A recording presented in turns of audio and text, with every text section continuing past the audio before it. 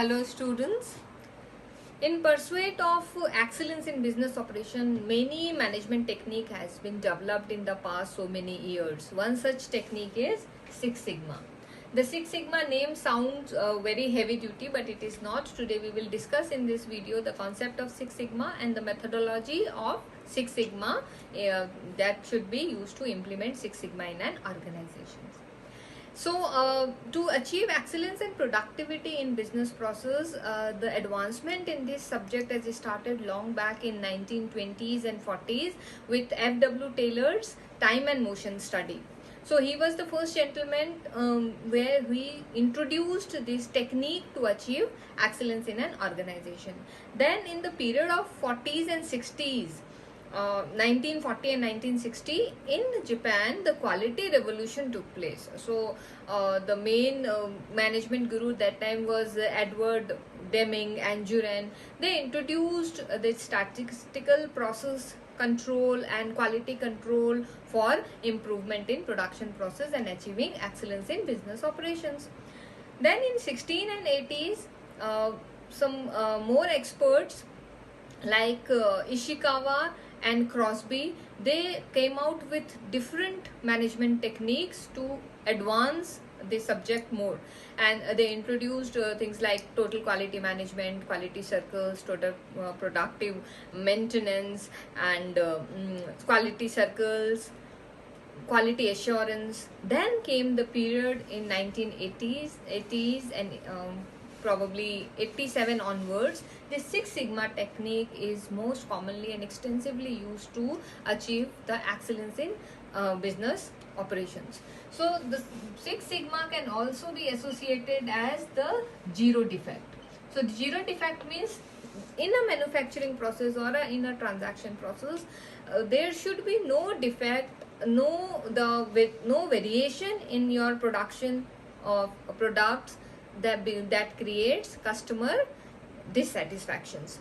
So over the period of time, this market has also changed. Investors or consumers perception about using goods and services also changed. Market has changed from sales product oriented to customer oriented, and the customer has become has no tolerance these days about the quality of the product. Why? Because there are a lot of choices that is available in the market. So if product or services are not delivering what is expected from them, then this create dissatisfaction in the mind of customers, and he may shift to the competitors. And these days जो brand loyalty का concept है वो बहुत काम नहीं कर रहा है. To retain the customer there should be consistency in services and the product quality delivery, because customer को शिफ्ट करने में दूसरे ब्रांड में समय नहीं लगेगा. Lot of choices, lot of competition in the market, right?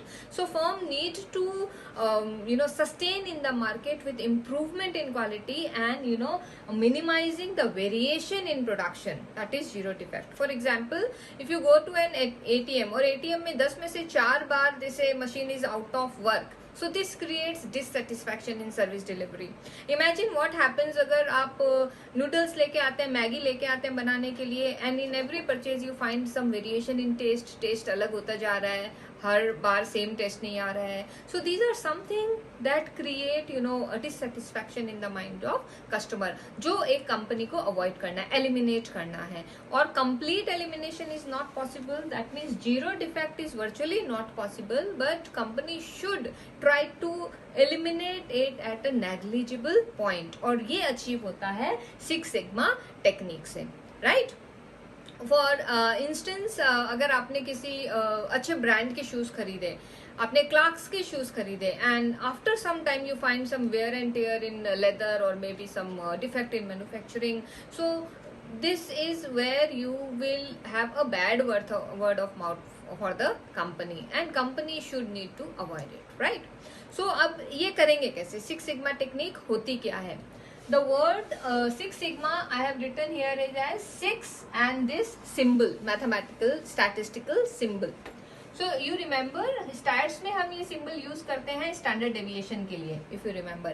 और एक और सिग्मा का symbol है this symbol this means summation, जो हम मीन और एवरेज कैलकुलेशन के टाइम टोटल करते हैं उसको हम समीशन को भी सिग्मा बोलते हैं.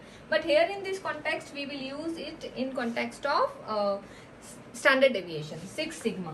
So what is this 6 sigma? To explain this 6 sigma and the technique of 6 sigma, I'll draw a bell shaped curve. ये बेल शेप्ड कर्व आपने बिजनेस रिसर्च में या कभी स्टैटिस्टिक्स में देखा होगा. So this is my bell shaped curve. ये line हमारी मीन की लाइन होती है. जो हमारा प्रोडक्शन की स्पेसिफिकेशन है उस हिसाब से अगर हम प्लॉट करते हैं तो जो 100% स्पेसिफिकेशन प्रोडक्ट मीट आउट कर रहा है वो हम बोलते हैं it is lying at average. That means उसमें कोई भी डेविएशन नहीं है, वेरिएशन नहीं है और वो मीन पे आके हमें मिल रहा है. अगर मीन से पॉइंट इधर या उधर जाता है, now that is considered as what, variation. और इसके साथ हम एक लाइन और यूज करते हैं, जेड की लाइन भी यूज करते हैं. That Z is now this X minus mu over standard deviation. So ये एक मेथड है यूज दिखाने के लिए, शो करने के लिए कि हमारा स्पेसिफिकेशन कितना मीट आउट हो रहा है, राइट. सो हम इसको न्यू मीन लाइन पे ही लेते हैं और मीन से जब हम डेविएट कर रहे हैं तो उन लाइंस को हम देखते हैं कि कहाँ तक कितना पोर्शन एरिया जाता है. If we deviate from this mean तो हम अगर माइनस इधर जा रहे हैं तो -1 standard deviation we are going and this is +1 standard deviation. That means now this region, हमारी जो स्पेसिफिकेशन है वो इतना एरिया कवर कर रही है टोटल प्रोडक्शन का. ये एरिया कुछ परसेंटेज यील्ड में भी निकाला जाता है. इससे थोड़ा और आगे बढ़ते हैं तो this will be -2 standard deviation and +2 standard deviation. That means अब हमारा जो इस एरिया से बाहर जाएगा that will not meet our specification और इस एरिया के अंदर ही हमें अचीव करके अपनी जो प्रोडक्शन है उसको लेके आना है. यहाँ पे स्टैंडर्ड डेविएशन का ये जो पार्ट है ये हम जेट स्केल पे उसको यील्ड के फॉर्म में भी स्टडी कर सकते हैं. सो एक टेबल बनाती हूँ मैं यहाँ पे where standard deviation and the yield percentage I am making it out here. So हम सबसे पहले +-2 स्टैंडर्ड डेविएशन की बात कर लेते हैं. 1 तो बहुत ही छोटा हो जाएगा. सो +-2 ये जो एरिया कवर हो रहा है यहाँ पे, this is nearly 69% of the area. That means 69% time आपका जो प्रोडक्ट का स्पेसिफिकेशन है वो उस एरिया में फॉल करेगा, स्पेसिफिकेशन मीट करेगा, अदरवाइज उस लिमिट से बाहर चला जाएगा. प्लस में भी जा सकता है, माइनस में भी जा सकता है. अगर हम अपने लिमिट को और बढ़ा दें, 3 स्टैंडर्ड डेविएशन करें, now the area that will be covered here in this +-3 standard deviation will be 93.32%. So 93% time nearly आपका specification meet होगा. That means only something nearly 7% times वो fail हो जाएगा product as per the quality और defect हो जाएगा. Then comes 4 standard deviation. So 4 standard deviation को हम थोड़ा डिटेल में पढ़ते हैं. 4 standard deviation here the area that you are covering is nearly 99.38%. So बहुत heavy area है. So 99.38% टाइम मीन्स हमारा जो प्रोडक्शन ऑपरेशन प्रोसेस है उस प्रोसेस को हमने ऐसा बनाया हुआ है कि we are working at 4 standard deviation, 4 sigma. That means 99.38% time the product meet the specification. और बहुत थोड़ा सा परसेंटेज बच रहा है यहाँ पे, पॉइंट में कुछ परसेंटेज जो हमारा डिफेक्ट जा रहा है. In manufacturing concern while doing 6 sigma हम इस यील्ड को डिफेक्ट पर पार्ट्स के नंबर्स में भी पढ़ते हैं. उसे हम कह रहे हैं पार्ट्स पर मिलियन. तो इसको हम पार्ट्स पर मिलियन में भी यहाँ पे कन्वर्ट कर सकते हैं. Million here means 10 lakh pieces of output. So अगर 4 सिग्मा की बात करते हैं तो 4 सिग्मा में 10 लाख में कितने डिफेक्टिव पीस निकल के आएंगे. That is 6210. I am writing it here 6210 units. 6210 unit will be defective items in 4 sigma out of 10 lakh. So 6210 per parts per million is the defect in 4 sigma, and 4 sigma is considered as the industry average.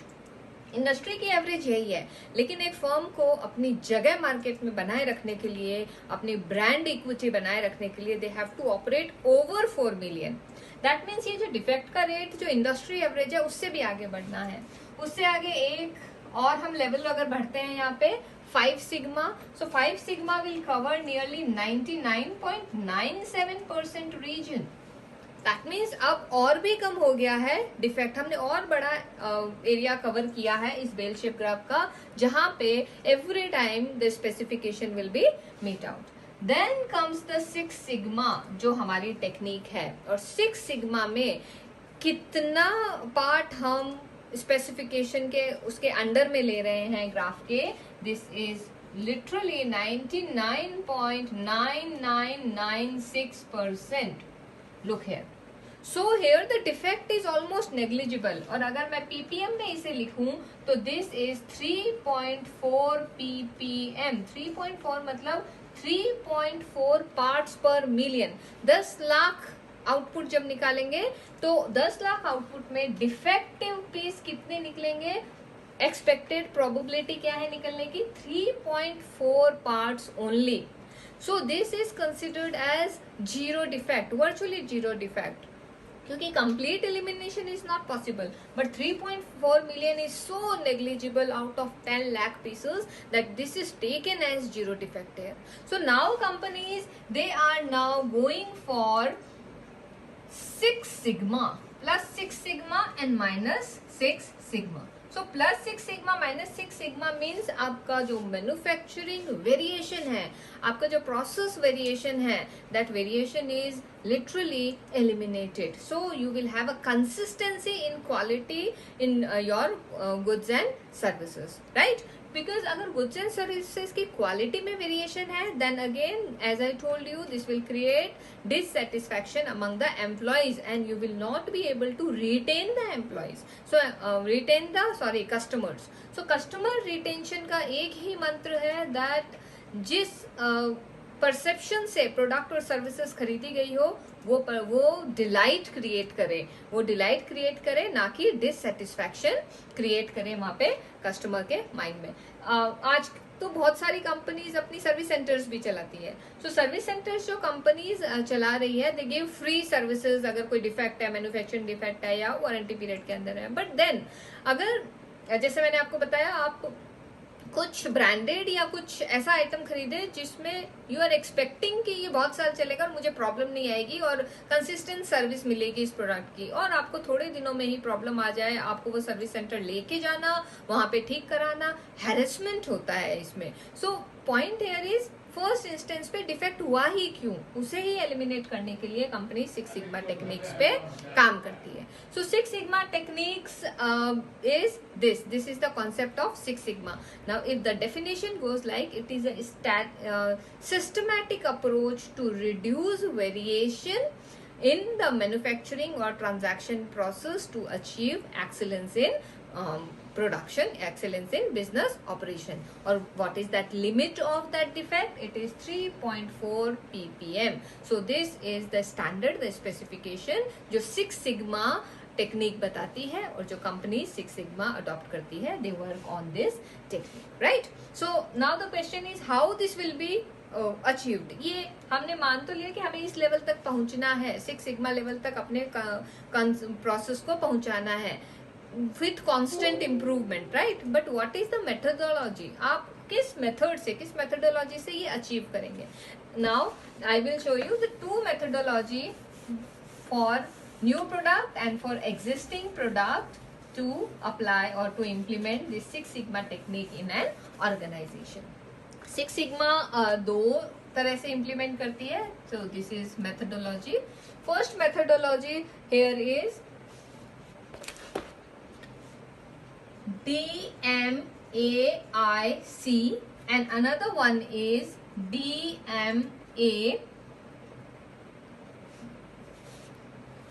DV, right. This technique is for existing product